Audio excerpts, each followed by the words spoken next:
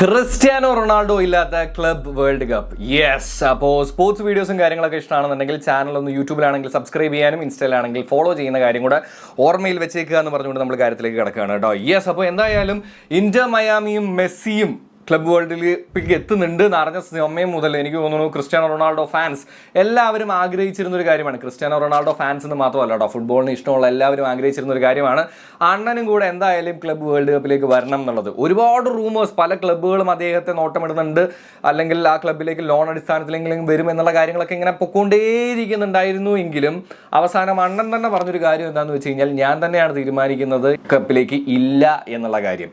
And അത് അങ്ങനെ പോയി.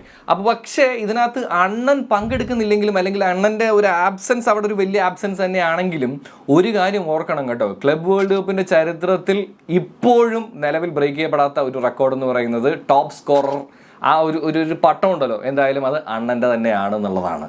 അപ്പോൾ എൻ്റെ ചോദ്യം നിങ്ങളോടാണ്, ഈ വേൾഡ് കപ്പിൽ, ഈ ക്ലബ് വേൾഡ് കപ്പിൽ നിങ്ങൾക്ക് ഏറ്റവും കൂടുതൽ മിസ് ചെയ്യാൻ പോകുന്ന താരം ആരാണ്?